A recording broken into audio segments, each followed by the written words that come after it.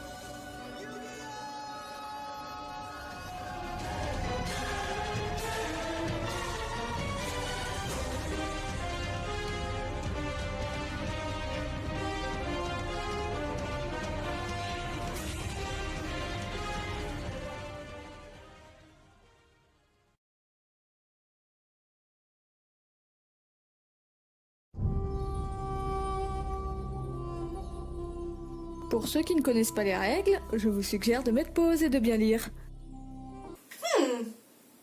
50% d'eau, 50% de roche. C'est équilibré. Je joue Démon Kraken, qui va se diluer dans l'océan. En plus de profiter d'un bonus terrain, il va être invisible à tes yeux. Ah, mais comment faire si je sais pas ce que j'affronte? Je devrais jouer la défense? Non. Si je joue la défense dès le premier tour, mes fans vont m'abandonner. Je peux pas me le permettre. J'invoque lutin cornu. Kraken yeux démoniaque, attaque! Bon, au moins maintenant je sais à peu près l'attaque de ton monstre vu les PV que j'ai perdus. Bien. Je pose donc lutin sauvage. Prépare-toi à être électrocuté.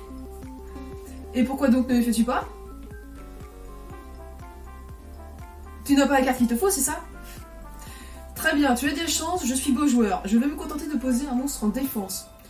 Tu vas en être médusé. Et toi tu vas être corné.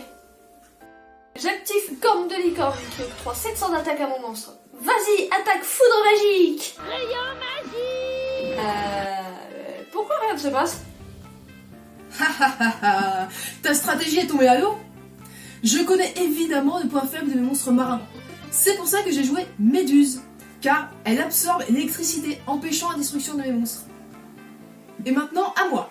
Kraken, fais comme si la carte équipement du lutin sauvage n'existait pas et détruis-le.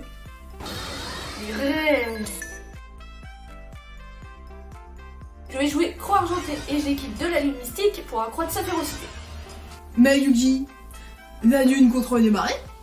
Je vais donc en profiter et te contrer avec Kairi qui, lorsqu'il attaque, provoque un énorme raz-de-marée. Ton loup ne pourra y résister. Alors Yugi, on boit la tasse?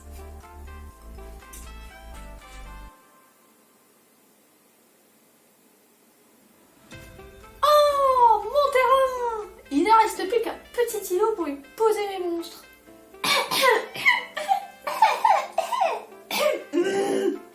Excusez-moi, il y avait Mike qui m'a resté au travers de la gorge à l'épisode précédent. Je n'ai pas droit à l'erreur. Je joue soldat géant de pierre qui bénéficie d'un bonus terrain. Il a à peine la place de tenir debout. Laisse-moi l'aider à faire le grand saut. Dos. Grand bruyant, toi et mes autres monstres, cernez-le. Tu as bien joué Mako. Même si c'est grâce à ton terrain cheaté. Mais bon, c'est l'heure de dire au revoir. Je passe mon soldat en mode attaque. Mais c'est du suicide. D'autant que tu ne peux même pas voir mes monstres. Ce n'est pas tes monstres qui va attaquer, mais la lune.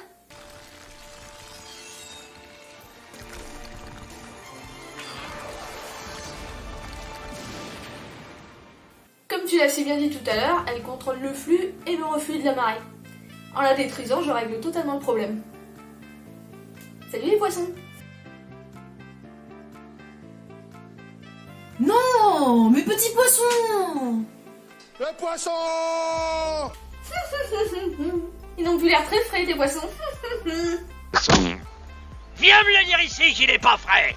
Et c'est l'heure du coup de grâce. Je combine la malédiction du dragon et terre embrasée pour les rendre, comment dire, un peu plus comestibles. C'est parti!